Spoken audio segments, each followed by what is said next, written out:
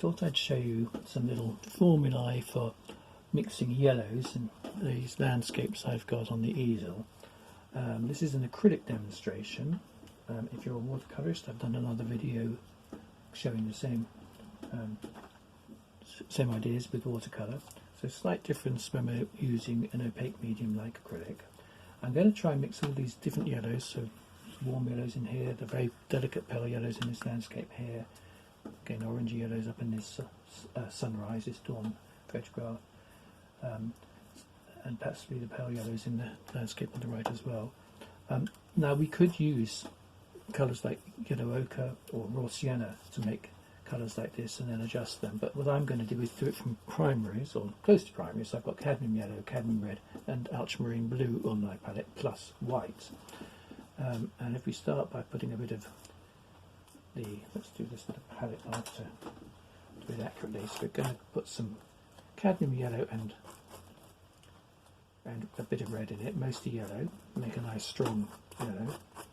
This is a yellow that, sorry, a warm yellow, so it's really an orange yellow, and if I put it on a piece of paper like this, I can hold it up next to my subject to compare it. So it's too vibrant for these grasses, but it's in the right track. It's actually too intense for my sunrise there, so let's put a bit more yellow in it, slightly less red. So I'm mixing it up here with a palette knife onto my test paper, and it's again too intense. What have we got to do? So the answer is we're going to put a tiny, but I mean really tiny amount of ultramarine blue into this colour, and the effect of that will be to cool it. But because blue is opposite to orange, it effectively is also making it a tertiary colour. So now we've got three primaries in it, so it's making it a browny orange. And now we're getting close to the colour. Let's put it, actually if I brush it now, pick it up and brush it into my paper here, a browny orange, and again it's slightly too deep. So if you're a watercolourist, you'd be diluting this. What we're going to do is add white, and the thing about adding white is yes, it makes a paler shade, but the other thing it might do if you add too much white is make it a little bit dull, a bit flat. So I've mixed it on the palette, I put it onto this piece of paper, and now we're actually getting very close to the yellows in the middle of this area. It's not quite orange enough for the grasses right in the foreground, and it's too dark for the grasses to the left, because they're even in what looks like the same colours all over this photograph. The colours vary as you go around. So we've got a mixture then of cadmium yellow, cadmium red, ultramarine blue, tiny, I mean literally 1% probably ultramarine blue, but that's enough to throw this orange, make it go towards brown, then adding white has produced this lovely pale shade. We've got a more subtle example in the landscape down here, and actually we'll just have a little play. I'm just going to add more white to the same colour. So I've got it next to the colour I've just done on this test piece of paper, and interestingly that's come up very close. It's still slightly too strong, so you'll find that if you're mixing colours for in acrylics for a subject like this, that most of the yellow grasses are actually white. So I've now added more white, and I am getting very, very close to the colour in the grasses in that landscape. It's too white for the grasses in this one in the middle.